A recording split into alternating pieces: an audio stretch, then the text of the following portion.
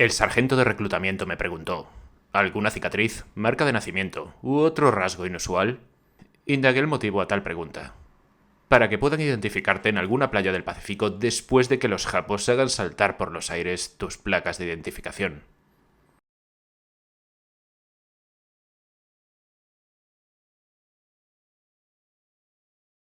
Tras el éxito, tanto en cines como en la televisión, de Salvar al Soldado Ryan y Band of Brothers, y un interés aparentemente inagotable por parte del público en la Segunda Guerra Mundial, la dupla formada por Tom Hanks y Steven Spielberg volvieron a reunirse para sacar adelante un nuevo proyecto televisivo, esta vez ambientado en un teatro bélico menos conocido que el europeo, el del Pacífico.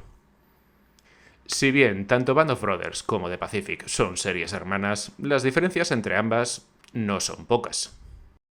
Hola, ¿qué tal? ¿Cómo estáis? Bienvenidos a un nuevo vídeo y bienvenidos a un nuevo análisis histórico que me habéis pedido muchísimo. Sobre todo a raíz del vídeo que hice hablando sobre la serie Band of Brothers allá por el pasado mes de mayo. Por ello hablé con mi colega José Antonio Mayo, que fue el autor del guión de aquel vídeo, para que escribiese otro sobre la serie hermana de Band of Brothers, en este caso, como veis en el título, de Pacific. Sobre todo porque todo el contexto histórico que veréis a continuación en este vídeo lo sacó pues de su libro. Ellos también estuvieron allí. Un libro del que ya os he hablado en varias ocasiones, pero que, bueno, no me importa volverlo a hacer porque de verdad es un libro cojonudo, nos habla del contexto histórico y sobre todo a través de los ojos de 100 personajes no demasiado conocidos. Abajo en la descripción os pongo el enlace por si queréis comprarlo. The Pacific parte de una premisa parecida a la de su hermana mayor. Sí, también es una miniserie de 10 capítulos basada en hechos y personajes reales, y con una factura técnica y artística espectacular. Aparte de eso, nos encontramos con dos series con enfoques diferentes que narran dos historias completamente distintas. Band of Brothers se basa en una única fuente de principio a fin, la novela homónima de Stephen Ambrose. Por el contrario, The Pacific, que narra una campaña mucho más larga y compleja, bebe de hasta 4 obras diferentes. Mi casco por almohada, de Robert Leckie, Diario de un marine, de Eugene Sledge, y Red Block, Black Sand, de Chuck Tatum. Historia que sigue a 3 personajes únicos en momentos y escenarios distintos, y que apenas coinciden a lo largo de la serie, pero que en su conjunto permiten ver parte de lo que fue la campaña del Pacífico. Estos 3 protagonistas, sus historias y el trasfondo histórico serán el tema principal de este vídeo. Así que nada, empecemos por tanto por el principio. El 7 de diciembre del año 1941, las Fuerzas Armadas del Imperio japonés lanzaron una ofensiva total sobre la base naval norteamericana de Pearl Harbor. El ataque, sorpresivo y mortal, tuvo como resultado la esperada entrada de Estados Unidos en la Segunda Guerra Mundial. Pero eso sí, durante los primeros 5 meses del conflicto, el país norteamericano solo pudo cosechar derrotas. Pero todo cambiaría a partir de la incursión de Doolittle, en abril del año 1942. En la que 16 bombarderos B-25 despegaron del USS Hornet para lanzar un espectacular, aunque poco dañino, ataque sobre Japón, el cual supondría la primera victoria estadounidense en el Pacífico.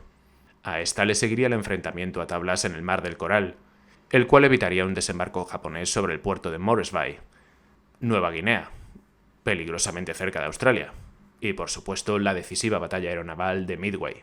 Para julio los japoneses comenzaron la construcción de un aeródromo en la principal isla del archipiélago de las Islas Salomón. El éxito en la campaña del Pacífico para ambos contendientes pasaba por controlar el aeródromo de una isla de la que hasta entonces los americanos no habían oído hablar. Y sí, estoy hablando de Guadalcanal.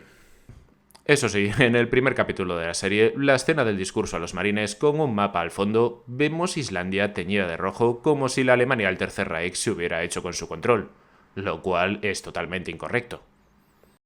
El 7 de agosto de 1942, la primera división de marines comenzó los desembarcos de 11.000 de sus integrantes en las playas de Lunga, Guadalcanal. Entre estos norteamericanos se encontraba un joven de 21 años llamado Robert Leckie, el cual, antes de esto, se desempeñaba como editor de deportes para un periódico de ámbito local en el momento del ataque a Pearl Harbor. Como tantos otros miles de norteamericanos, Leckie respondió a la llamada de su país al día siguiente y acudió a alistarse. Su destino, el Cuerpo de Marines. Tras su adiestramiento, Leckie, ametrallador de la Compañía H, segundo batallón, primer regimiento, zarpó desde San Francisco junto a parte de la primera división rumbo a Nueva Zelanda, y desde allí, tras una corta estancia, a su primer objetivo, Guadalcanal. La mayoría de los marines que acompañaban a Leckie en las lanchas de desembarco aquel día eran novatos como él. Nadie sabía lo que les esperaba al llegar a aquellas playas. Estaban a punto de enfrentarse al hasta entonces invencible ejército japonés. Sin embargo, y tal y como muestra el primer capítulo de la serie, los desembarcos tuvieron lugar sin apenas incidentes. Y es que la llegada de los norteamericanos había pillado por sorpresa a la guarnición japonesa, lo que unido al bombardeo aéreo y naval los empujó a ocultarse en la jungla. Lo único que no acierta la serie en este primer capítulo es en que las lanchas de transporte que usaron los marines en el Guadalcanal no fueron las que vemos con rampa delantera, sino las que veríamos unos cuantos capítulos más tarde, en las que los marines tenían que salir trepando por los costados. A esto hay que añadir que los rifles que realmente portaban los marines de Guadalcanal eran de un modelo un tanto más antiguo que el que se ve en la serie. Tras unos minutos, los norteamericanos se pusieron rumbo al aeródromo a través de una densa y montañosa jungla. Esta resultó una marcha penosa y dura, en la que se perdieron en más de una ocasión. El 8 de agosto por la tarde, los americanos lograron capturar el aeródromo. El principal objetivo de la misión ya estaba cumplido, pero eso sí, ellos sabían de sobra que los japoneses no tardarían en intentar recuperarlo. La batalla acababa de empezar. A su vez, en el mar, la misma noche del 8 al 9 de agosto, una escuadra japonesa proveniente de Rabaul, Nueva Guinea, sorprendió la flota aliada frente a Guadalcanal y le propinó un duro golpe en la posteriormente conocida como Batalla de Isla de Savo. Los buques descargaron a toda prisa el material que pudieron y zarparon lejos de allí para evitar ser aniquilados, dejando a su suerte a los marines, tal y como vemos en la serie. Puede resultar difícil de entender, pero en aquel momento la Armada estadounidense todavía se encontraba en un estado muy precario, con pocos efectivos para un teatro de operaciones tan enorme. Los navíos debían regresar a puerto, rearmarse y volver en cuanto pudieran enfrentarse con posibilidad de éxito a su enemigo. A los marines les tocaba resistir hasta la llegada de refuerzos, ya fuera por mar o por aire. Los norteamericanos montaron un perímetro defensivo y se dedicaron a finalizar la construcción del aeródromo, el cual sería rebautizado como Campo Henderson. La madrugada del 21 de agosto, unos 1000 hombres del regimiento Ichiki trataron de asaltar el Campo Henderson desde el este cruzando el río Ilu. Al otro lado de la orilla, los marines aguardaban. Este sería el primer gran enfrentamiento terrestre entre las fuerzas de ambos países, el cual se saldó con una masacre, la primera de muchas, de las fuerzas niponas. La playa amaneció cubierta por un manto de cadáveres japoneses que la corriente había arrastrado hasta la arena. En total serían casi 800 cuerpos.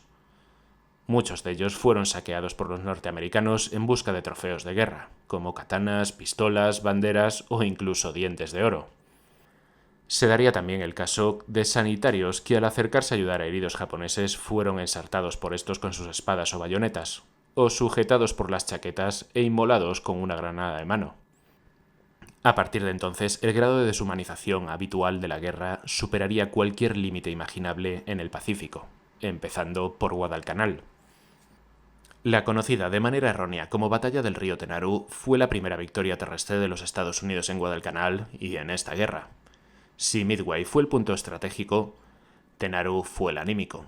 Pero aún así, la batalla de Guadalcanal aún se iba a prolongar varios meses. Los japoneses aprovecharon la noche para hacerles llegar a los suyos la llegada de refuerzos y suministros desde el mar, lo que por entonces se conocía como el Tokyo Express. Y mientras tanto, los marines se dedicaban a defender Campo Henderson con una pista de aterrizaje ya operativa.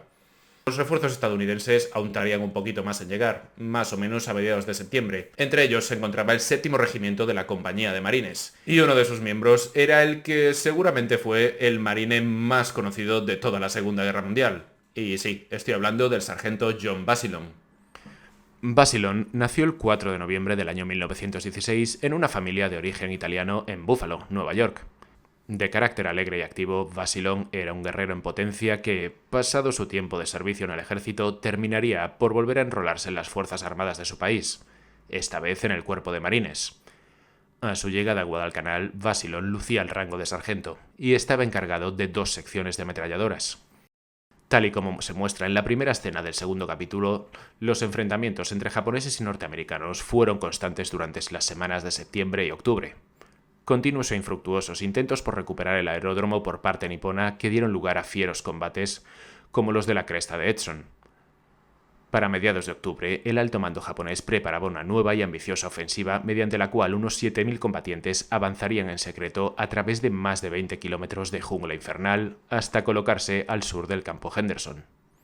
Entre el 23 y el 24 de octubre, los japoneses, todavía agotados por la marcha, comenzaron los ataques a lo largo de la línea estadounidense, defendida prácticamente por la unidad de Basilón. Estos se encontraban al sur de la cresta Edson, rebautizada como Cresta Sangrienta o Bloody Ridge. A última hora del día 24, los japoneses llegaron a la posición defendida por Basilón. De manera continua y en gran número, los atacantes se abalanzaron sobre los norteamericanos para ser derribados por las ametralladoras que dirigía nuestro protagonista, además de fuego de fusil y pistola. Tal y como se nos muestra en el capítulo, Basilón decidió cambiar de posición para evitar que los japoneses le flanquearan, cargando una de sus pesadas ametralladoras con el cañón todavía al rojo vivo con el antebrazo.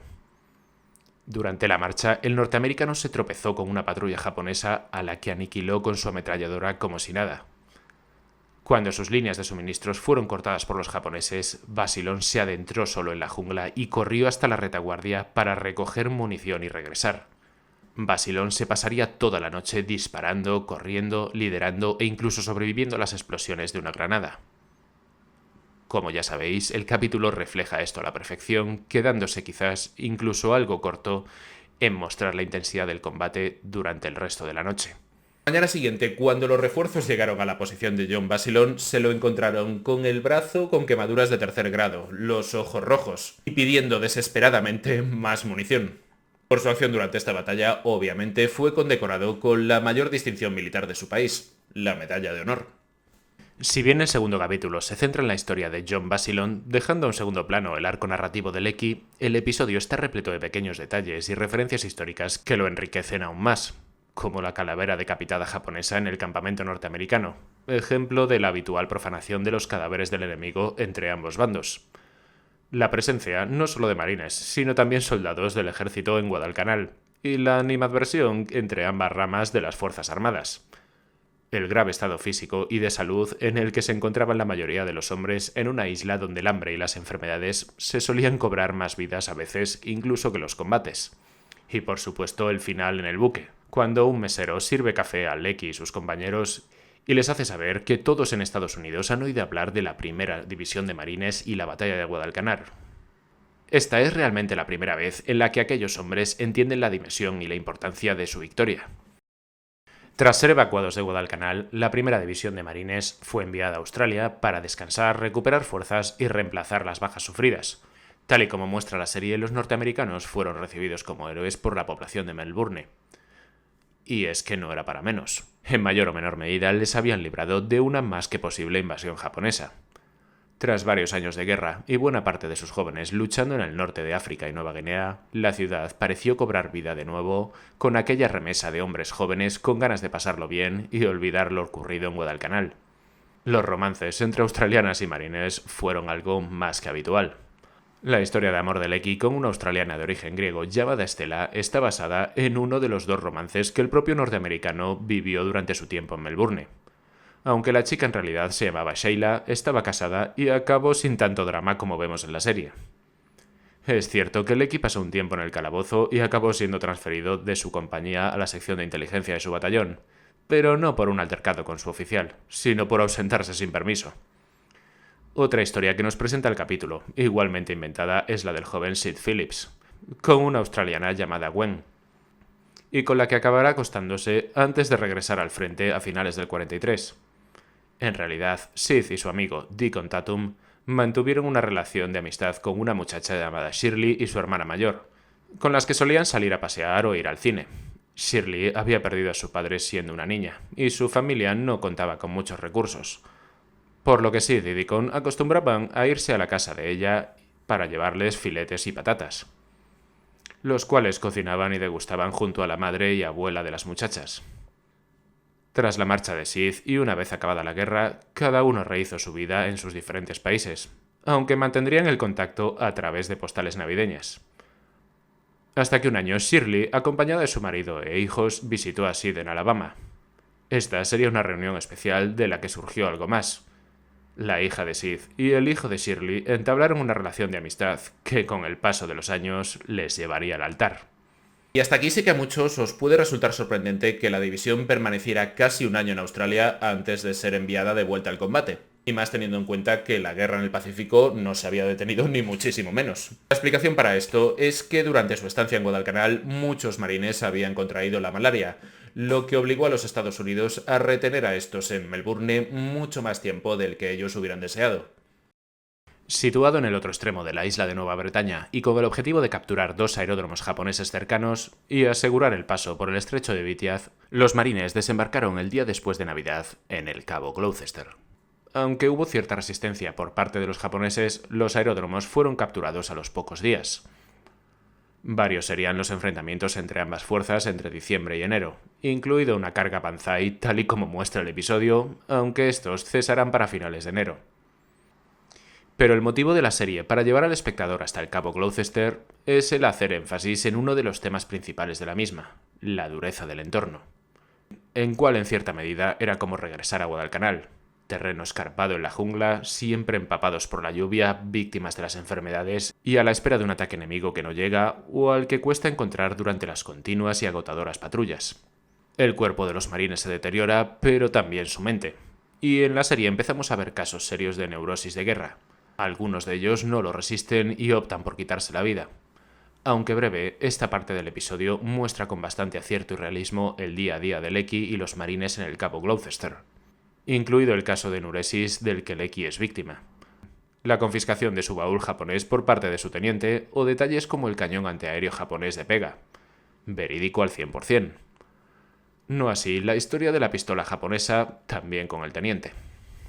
Tal y como él mismo cuenta en sus memorias, la pistola no pertenecía a Lecky, sino a un buen amigo marine suyo. Este a su vez se la había robado a un oficial en Pabubu, y Lecky se la guardó durante el tiempo que estuvo ingresado en Banica. Entrada la primavera del año 1944, la primera división de marines fue retirada del Cabo Gloucester y enviada a una pequeña isla en las Russell llamada Pabubu. Debido a su cercanía con Guadalcanal, la Armada consideró esta el lugar perfecto para ubicar a los marines, para permitirles descansar, reforzarse y entrenar hasta que fueran enviados a su próximo destino. Sin embargo, Pabubu estaba lejos de ser el destino paradisíaco que podría parecer. Lo primero que sacudía a los visitantes al llegar a la isla era ese hedor a cocos podridos. Este se veía además incrementado por el calor asfixiante propio de estas latitudes. La vida en Pabubu resultaba incómoda, aburrida y apática. La principal y única ventaja de aquí residía en la ausencia de bombardeos y disparos del enemigo. Esto queda reflejado a la perfección tanto en parte del cuarto episodio como en el principio del quinto. Igualmente, y debido a su enuresis, Lecky fue trasladado de buena gana a la isla frente a Pabubu, Banica. En esta, la Armada había levantado un sanatorio y zona de descanso para casos de neurosis de guerra, enfermedades o lesiones menores que no necesitaran un traslado a Australia, Hawái o incluso a Estados Unidos. La estancia de Lecky fue bastante similar a lo que nos muestra el episodio, incluido su deseo de volver junto a sus compañeros a Pabubu. Lo que la serie no nos muestra por cuestiones narrativas es que antes de Banica, todavía en el Cabo Gloucester, Lecky había pasado un tiempo en un hospital del ejército en Cabo Sudest, Nueva Guinea. Al principio del quinto episodio y de regreso a Pabubu, vemos cómo la primera de marines recibe un nuevo contingente de reemplazos, entre los que se encuentra un joven de Mobile, Alabama, de unos 20 años y de nombre Eugene Sledge, amigo de toda la vida de Sid Phillips, tal y como vemos en el primer episodio. Sledge había perdido la oportunidad de alistarse junto a este debido a una afección cardíaca. El no poder ir a la guerra afectó profundamente al joven, y somos testigos de ello en los 2 primeros capítulos. La realidad es que aunque necesitados de hombres, no todos los que acudían a alistarse cumplían los requisitos mínimos. Algunos eran rechazados, principalmente por problemas de salud, lo que les creaba un estigma que en muchos casos llevaba a los hombres al suicidio. Dichos requisitos acabarían por relajarse o directamente por desaparecer con el tiempo. Sin duda no fue algo fácil para Sledge, durante un tiempo al menos, ya que una vez superada su dolencia pudo por fin cumplir su intención de alistarse. Aunque pocas, las interacciones entre Sledge y su padre reflejan a la perfección la relación existente entre padre e hijo. Edward Simmons Sledge trató realmente a veteranos de la Gran Guerra a su regreso a Estados Unidos, y conocía perfectamente el efecto que podía tener la guerra en el alma de los hombres que en ella luchaban. Aunque no se muestra mucho en la serie, tanto Sid como su familia trataron de disuadir a Sledge para que en lugar de esto acudiera a una escuela militar. Sin embargo, este hizo oídos sordos y se alistó en el cuerpo de marines, y tras un entrenamiento básico se especializó en operador de morteros, algo que le llevaría al Pacífico en febrero de 1944. Tras un mes más o menos en Nueva Caledonia, realizando entrenamientos y desembarcos anfibios, el mes de abril se dirigieron por fin a Pabubu, donde se reunirían con el resto de la primera división de marines. Y es en este momento, como visteis en la serie, cuando Sledge y Sid, tras un par de años separados, vuelven a reunirse, aunque sea por poquito tiempo. Si bien es un personaje secundario, el personaje de Sid Phillips resulta uno de los más importantes de la serie al tratarse del nexo de unión entre los protagonistas, Bob Leckie y Gene Sledge. Si bien Sid y Leckie coincidieron en la misma compañía, no compartían una relación de amistad como puede llegar a parecer. De la misma manera, no existe constancia de que Leckie y Sledge llegaran a conocerse, tal y como vemos en el quinto episodio. Curiosamente, ninguno de los protagonistas menciona en ningún momento a Sid Phillips en sus memorias. ¿Por qué entonces el peso de este personaje en la serie? Pues además de haber coincidido con ambos protagonistas de una u otra manera en el Pacífico, pues básicamente porque durante la realización de la serie Sid seguía vivo y resultó una fuente valiosísima de información para la producción. De entre las muchas virtudes de The Pacific, y lo que siempre habrá que agradecer a la serie, es su esfuerzo por representar y sobre todo por dar a conocer la batalla de Peleliu, la cual se extendió durante 73 días. Llegados a este punto, la serie se deja guiar con gran acierto y fidelidad por las memorias de Sledge. Los nervios previos a la partida en las barcazas, el intenso fuego de las defensas costeras japonesas, el caos en las playas durante los desembarcos y la inmediata agonía por la sed. Pocos lugares en el mundo se representaban como menos apropiados para un enfrentamiento de alta intensidad como el que se iba a desarrollar en Peleliu. La rapidez con la que los marines agotaban sus escasas raciones de agua y las dificultades para hacerles llegar más quedan reflejados perfectamente al final del quinto episodio, y especialmente a principios del sexto, previo al asalto al aeródromo. La escena en la que se encuentran un pozo envenenado por los japoneses es totalmente verídica. Lo que la serie no nos muestra es que los marines recibieron agua en bidones con los que calmar la sed poco antes de lanzarse sobre el aeródromo. Igualmente, el mismo día de los desembarcos, al llegar a media tarde al aeródromo, los japoneses lanzaron un primer contraataque frenado por los norteamericanos. Sledge nos describe en su libro el ataque norteamericano al aeródromo, pues básicamente como un ataque frontal propio pues de la Gran Guerra o de la Primera Guerra Mundial. Lo que, como visteis en el episodio, fue una carrera desesperada por llegar al edificio. Algo que, bueno, como ya visteis, se describe y se representa con una precisión, yo diría que milimétrica. La cual para mí, y bueno, esto es una opinión personal, es pues sin duda alguna la mejor secuencia de toda la serie. Y bueno, si recordáis también, durante aquella batalla, Leckie es herido en combate y es trasladado al barco. Y sí, la guerra para él había acabado. Un detalle interesante durante el sexto capítulo es la reprimenda que el personaje de Snafu echa sobre Sledge cuando se quita la bota llamándolo en su versión original asiático. Este término era sinónimo de loco o excéntrico, y era usado entre los marines para referirse a aquellos que habían perdido la cabeza tras un tiempo sirviendo lejos de casa. El personaje de Snafu, magistralmente interpretado por Rami Malek, es uno de los más fascinantes y queridos de la serie, pero no es del todo fidedigno. Aunque la relación de este último con Sledge es real, el extravagante comportamiento y muchas de sus acciones son exageradas o tomadas de otros personajes, como la extracción de dientes de oro a cadáveres japoneses. La escena nocturna en la que un marine pierde la cabeza y acaban matándolo de un palazo fue totalmente verídica. Resulta encomiable el respeto que la serie presenta también a la figura del capitán Andrew Haldane, comandante y líder de la compañía de Sledge, haciendo especial hincapié en su humanidad y el afecto que tenía en sus hombres. De todas las pérdidas sufridas en Peleliu, ninguna tuvo un efecto más devastador para todos los que le conocieron que la de Haldane, quien fue abatido por un francotirador japonés.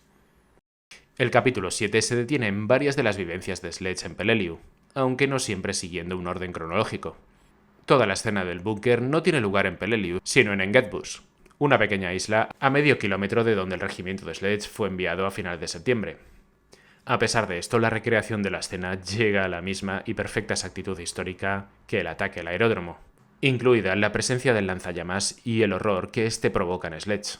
Es también en Engetbus y no en Peleliu, tras la muerte del capitán Haldane, cuando tiene lugar esa extraña escena en la que el personaje interpretado por Rami Malek está tirando piedrecitas, o creo que eran piedrecitas, dentro del cráneo de uno de los japoneses. En el libro se habla de esta acción, sí, pero no fue Snafu quien la hizo, sino un marine anónimo. Tras la captura de Engetbus, el regimiento regresó a Peleliu para ser enviado a las mortales crestas de Umurbrogol.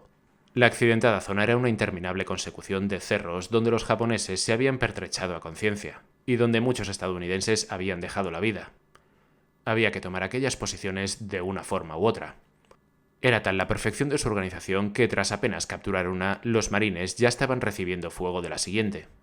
Ante la falta de efectivos, Eugene, al igual que muchos otros, no tuvo más remedio que ejercer durante un tiempo la agotadora y peligrosa labor de un camillero.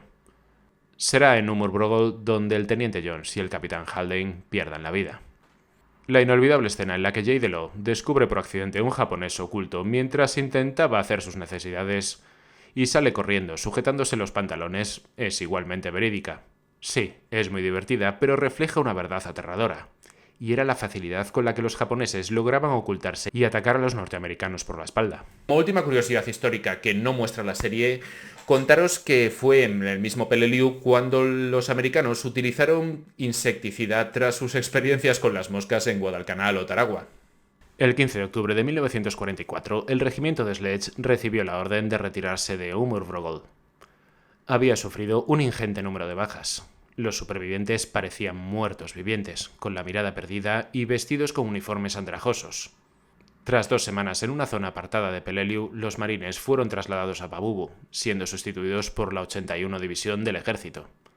Las bajas entre los primeros resultaron tan catastróficas que no estarían disponibles para combatir hasta casi medio año después.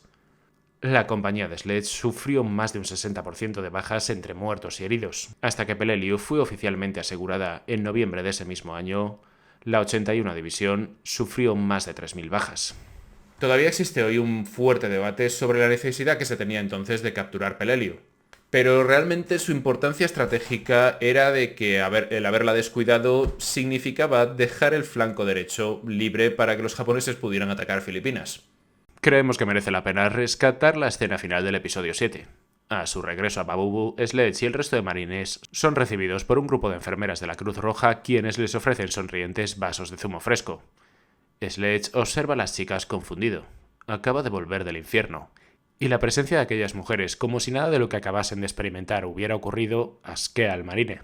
Su rostro lo expresa a la perfección. Y hasta un joven teniente recién llegado de los Estados Unidos, que premia a Sledge con condescendencia para que siga moviéndose, se percata de lo que éste acaba de vivir. Puede ver en el rostro de Sledge el infierno por el que ha pasado.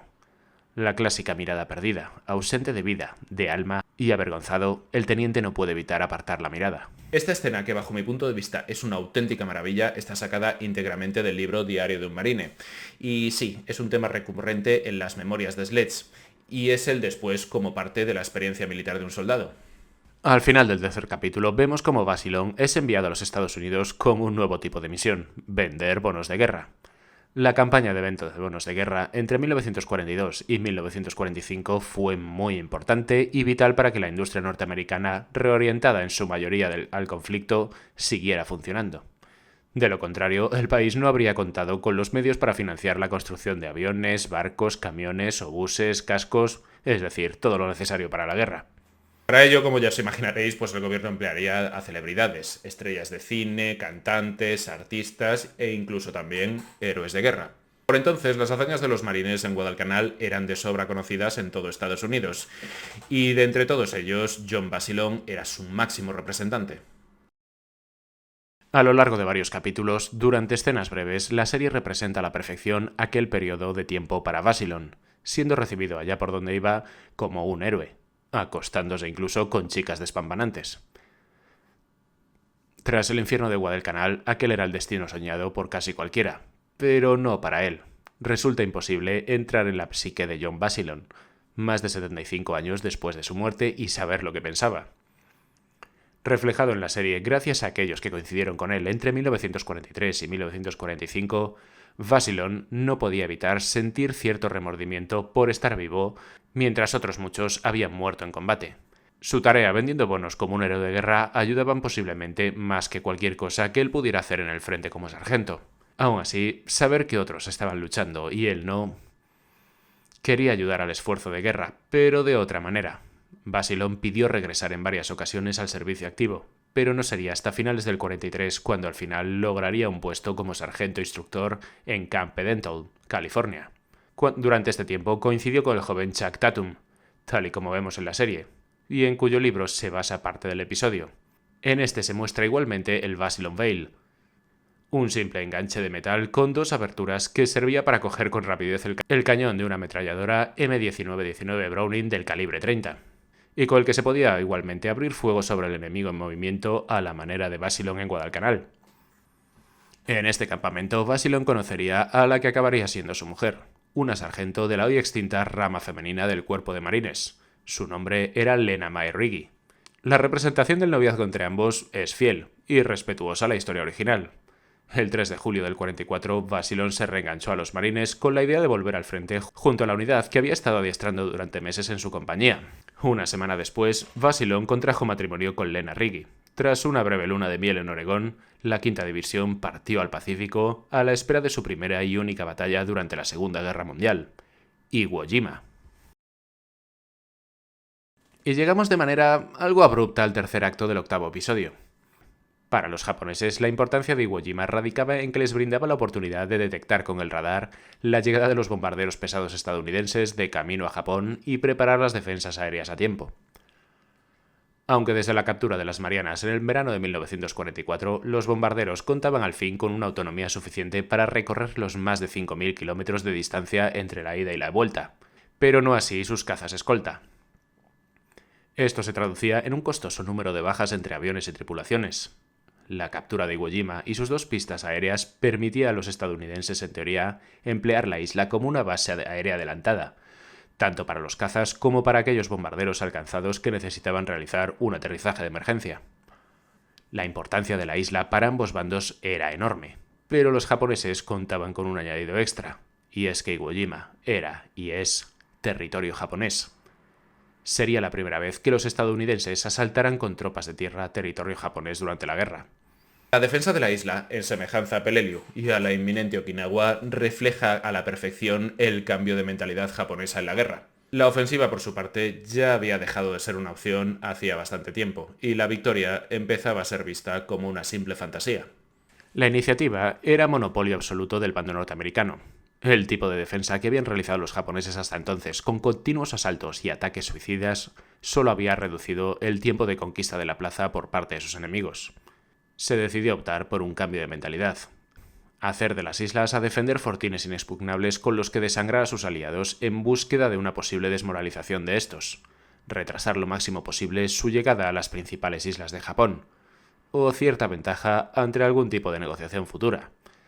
Fuera como fuese, los meses previos al esperado desembarco estadounidense en Iwo Jima, sus defensores se dedicaron en cuerpo y alma a construir una colosal red de túneles y búnkeres de hormigón conectados entre ellos a lo largo de toda la isla.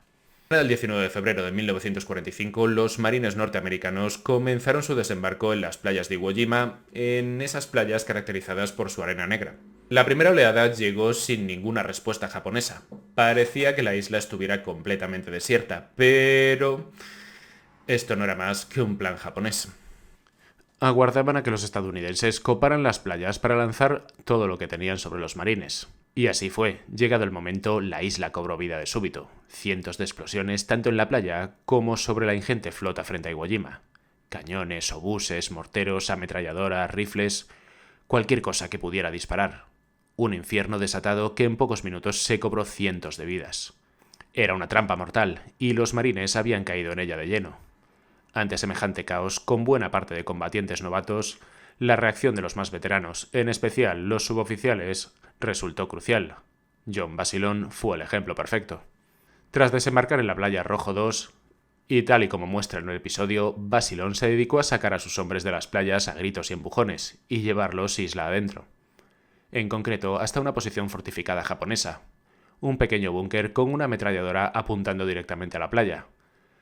Tras rodear la posición, Basilion lideró el ataque como vemos en el episodio con granadas, cargas explosivas y portando una Browning del calibre 30 gracias a su Vaseline Veil. Junto a sus hombres llegó justo enfrente a la pista del aeródromo más cercano a las playas de desembarco, el aeródromo número 1, Motoyama. Basilion decidió regresar a las playas en busca de demás hombres y la ayuda de los blindados para lanzarse sobre la pista. Todo tal y como vemos en la serie hasta el momento final, su muerte. Entre las numerosísimas bajas sufridas por los estadounidenses en aquella batalla, ninguna dolió tanto ni a los militares ni al gran público como la del sargento John Basilion, héroe de una nación y medalla de honor. Como toda figura relevante, su muerte resulta tan conocida como su propia vida, tanto por el relato de Chuck Tatum como por buena parte de la historiografía durante más de 65 años. Se dio por asumido que Basilion murió a causa de las heridas provocadas por una explosión de mortero mientras regresaba desde la playa hasta la posición de sus hombres. Sin embargo, durante la fase de documentación de la serie y el libro homónimo, por parte de Hugh Ambrose junto a Martin Morgan, estos descubrieron, gracias al expediente personal individual del fallecido, que éste había recibido impactos de balas, más en concreto de una ametralladora japonesa, posiblemente una pesada del tipo 92. La serie opta por seguir la más que probable tesis de Ambrose y Morgan, y muestra la muerte de este por un impacto de bala y no por una explosión de mortero, apenas hora y media después de haber desembarcado en Iwo Jima. Los 34 días que duró la batalla de Iwo Jima supusieron 26.000 bajas del bando estadounidense con casi 7.000 muertos, mientras que apenas 1.000 de los casi 22.000 defensores japoneses lograron salir con vida en calidad de prisioneros. A pesar de que los Estados Unidos hicieron todo lo posible para aprender de sus errores durante la guerra en el Pacífico, un bombardeo ineficaz e insuficiente, unido a la mala recopilación de inteligencia y subestimación de la capacidad defensiva del enemigo, llevó a estos a uno de los mayores desastres de la guerra, a pesar de la victoria. En el capítulo 9 regresamos con Sledge, al que acompañamos a la más cruenta de las batallas en las que participó Estados Unidos durante la Segunda Guerra Mundial en el Pacífico, Okinawa. Y es que la captura de Okinawa daría a los norteamericanos la base perfecta desde la que preparar una futura invasión al resto de las principales islas niponas. Pero la tarea no iba a ser para nada sencilla. Con una población de algo menos de medio millón de habitantes, la isla se hallaba defendida por una fuerza de unos 120.000 hombres, de los cuales 77.000 pertenecían al ejército y a la armada, apoyados por okinawenses reclutados para la milicia local, y casi 2.000 escolares de entre 14 y 17 años. Aunque formaba parte del Imperio japonés desde el año 1879, si no recuerdo mal, los japoneses consideraban a los habitantes de esta isla como ciudadanos de segunda. Una cultura y lengua diferentes, pues como que agravaba más este sentimiento de rechazo, y los soldados japoneses allí desplegados como que no le tenían demasiado aprecio a la población civil, algo que, quedaría de manifiesto en la batalla. El episodio arranca en algún momento de mayo de 1945. Si bien la invasión de la isla había comenzado el 1 de abril, para ser más exactos, la campaña realmente arrancó un 26 de marzo, con los desembarcos en las cercanas islas Kerama, a unos 25 kilómetros al oeste. Para la invasión de Okinawa, la Armada reunió la mayor flota en la historia para proteger los desembarcos de 200.000 combatientes, entre ellos la primera de Marines. Se esperaba que el día de la denominada Operación Iceberg fuera toda una carnicería, y sin embargo no fue así. Cuando la lancha de Sledge tocó tierra en las playas de Hakushi, sus ocupantes se toparon únicamente con la indiferencia de la naturaleza, al igual que en Guadalcanal. No hubo respuesta por parte de los japoneses, ni fuego de artillería, ni morteros, ni ametralladoras, ni francotiradores. Nada. Los primeros 60.000 marines y soldados del ejército que desembarcaron aquel día se internaron en el centro de la isla y capturaron los primeros aeródromos sin apenas resistencia. Para mediados de abril, los marines ya habían conquistado el norte de la isla sin sufrir bajas. No así los del ejército, que se habían dirigido al sur para darse de bruces con los primeros de muchísimos focos de la auténtica resistencia de Okinawa. Igual que en Iwo Jima, los japoneses habían dejado a los estadounidenses desembarcar a placer para que se agruparan y acercaran en gran número antes de descargar sobre ellos todo el fuego que tenían a mano, que no era ni mucho menos poco. Los defensores se parapetaron principalmente en el sur de la isla, en trincheras, búnkeres y cuevas conectados a través de casi 100 kilómetros de túneles a lo largo de las colinas, riscos, desfiladeros, elevaciones y acantilados que abundaban en esa parte de Okinawa. Todos lugares de difícil acceso, cubierto por minas, trampas y alambradas por los que los atacantes debían desplazarse a pie sin el apoyo de blindados. Era la denominada línea de defensa Shuri. Avanzar por aquel tipo de terreno supuso un esfuerzo titánico para los norteamericanos, especialmente con la llegada de las lluvias y del embarramiento del suelo a finales de abril. En cuanto los japoneses perdían una posición, retrocedían hasta la siguiente, hasta la que sus compañeros ya habían abierto fuego, y desde donde podían lanzar contraataques nocturnos. A pesar de estar a punto de perder la guerra, los asiáticos seguían siendo un enemigo temible que luchaba hasta la muerte. Los japoneses le lanzaron a los americanos todo lo que tenían a mano, para provocar el mayor número de bajas a su enemigo y minar así su moral. Más de 1000 pilotos, la mayoría con nociones bastante escasas de vuelo, fueron enviados durante las siguientes semanas en oleadas con la intención de estrellar sus aviones contra los diferentes buques de la flota enemiga fondeada en aquella isla. Aunque ya habían empezado aquella táctica en Filipinas, fue en Okinawa donde el término kamikaze se ganó un trágico lugar en la historia. Tratándose de una de las mayores batallas de la Segunda Guerra Mundial y con algo menos de una hora para tratarla, The Pacific opta con gran acierto por centrarse en una serie de temas presentes en las memorias de Sledge. Por un lado, la evolución del personaje. Vimos una evolución del personaje durante los 3 capítulos de Peleliu y así fue en realidad, ya que a su regreso a Pabubu, Sledge es consciente de que los recién llegados, los reemplazos, lo ven con los mismos ojos que él veía a los veteranos de Guadalcanal y Gloucester.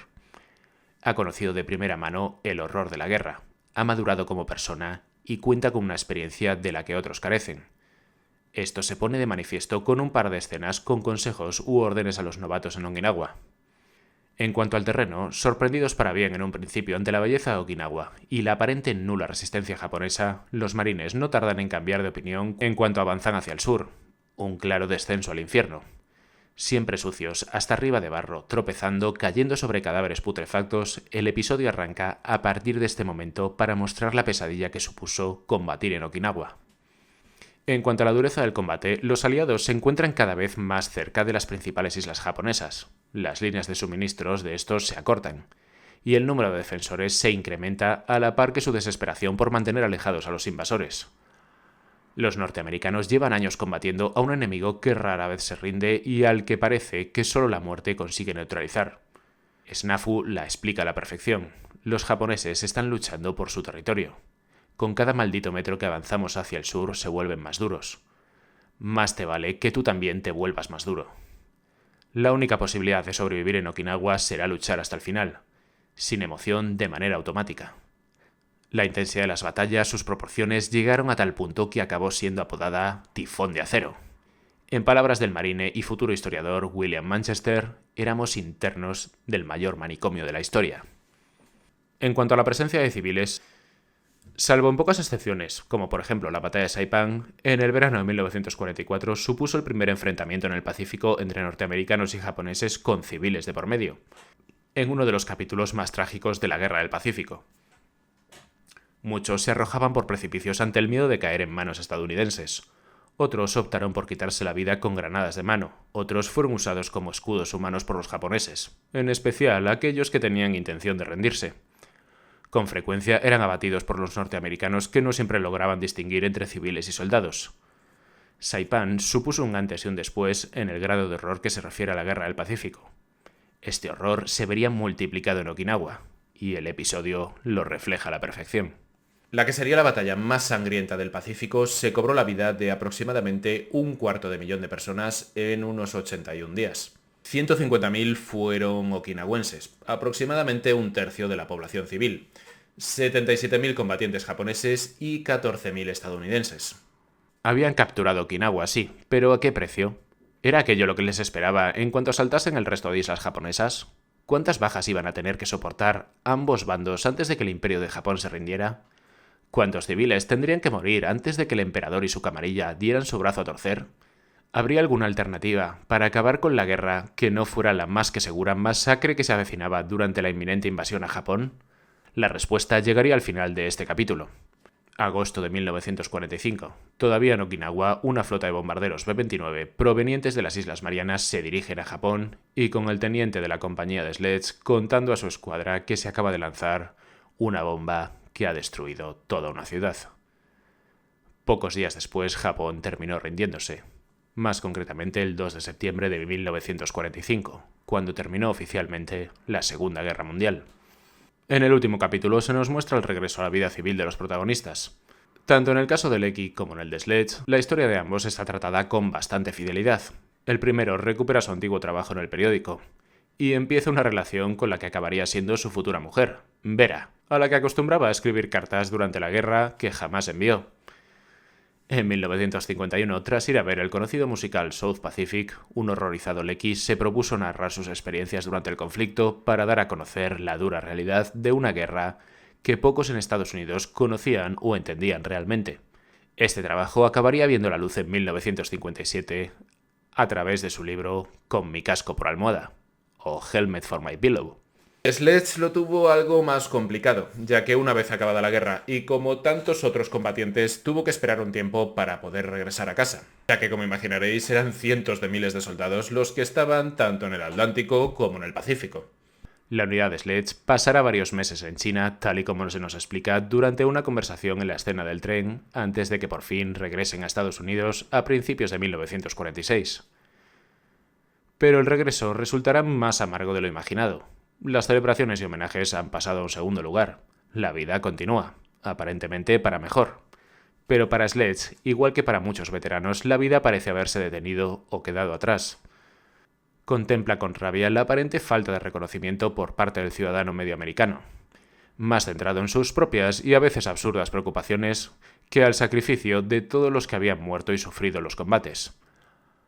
La escena de la entrevista con la muchacha cuando acude a inscribirse en la universidad es 100% verídica y representa la misma situación de miles de excombatientes a su regreso a casa. Sledge sufrió de pesadillas durante años, sueños en los que regresaba al barrio de Okinawa.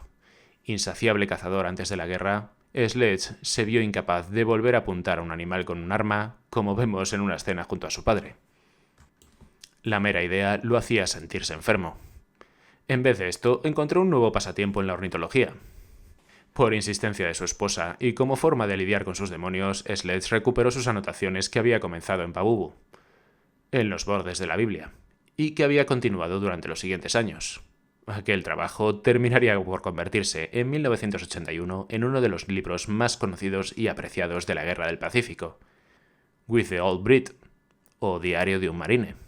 Y hasta aquí mi vídeo de hoy. Si os ha gustado ya sabéis, podéis suscribiros que es gratis, dejarme un like que me ayuda mucho, un comentario con qué os ha parecido el vídeo que me ayuda más todavía, o podéis compartir el vídeo en vuestras redes sociales. Y si no os ha gustado, pues como suelo decir en alguna ocasión, recomendárselo a quien os caiga mal para que se fastidie y se lo trague. Un saludo y hasta el próximo vídeo.